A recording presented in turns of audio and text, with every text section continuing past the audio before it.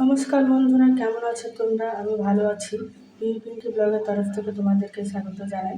আজকে আমি রান্না করব কচুমুখী দিয়ে ট্যাংরা মাছের ঝোল।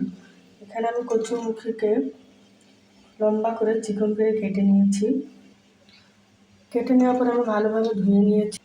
এই ট্যাংরা মাছগুলোকে দিয়ে আমি রান্না করব। এখানে আমি গরম জল বসিয়ে দিয়েছি।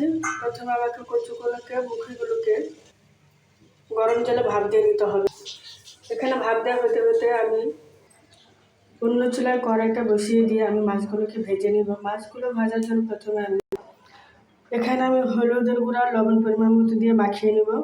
মাখিয়ে নেওয়া হয়ে গেছে। এখন আমি কড়াইতে তেল দিয়ে দেব।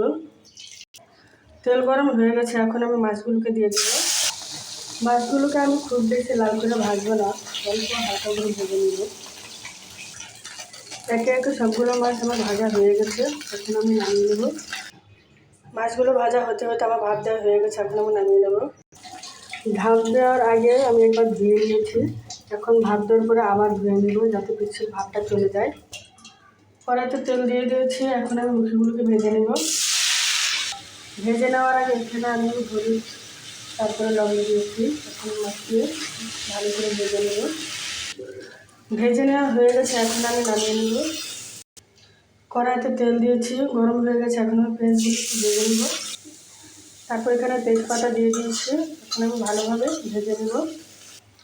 পেঁয়াজ ভাজা হতে হতে এখানে আমি মশলা নিয়েছি, হলুদ, মরিচের গুঁড়ো, জিরের গুঁড়ো, ধনের গুঁড়ো, পরিমাণ মতো লবণ। পেঁয়াজ ভাজা হয়ে গেছে, এখন আমি মশলাগুলোকে দিয়ে দেবো। মশলাকে ভালোভাবে কষিয়ে নেব। মশলা কষানো হয়ে গেছে, এখন আমি মুখিগুলোকে দিয়ে দিব। তারপর মশলার সাথে মুখিগুলোকে ভালোভাবে কষিয়ে নেব।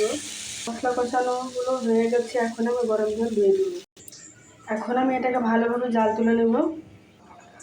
তরকারিটা আমার জাল তোলা হয়ে গেছে, এখন আমি ভাজা মাছগুলো দিয়ে দিব। মাছগুলো দেওয়ার পর আরও একটু ভালোভাবে জাল তুলে নেব। তরকারি জাল হয়ে গেছে, এখন আমি গরম মশলাটা দিয়ে দিব। তরকারিটা জাল করে নিয়ে নামিয়ে নিয়েছি। আমার রান্না হয়ে গেছে।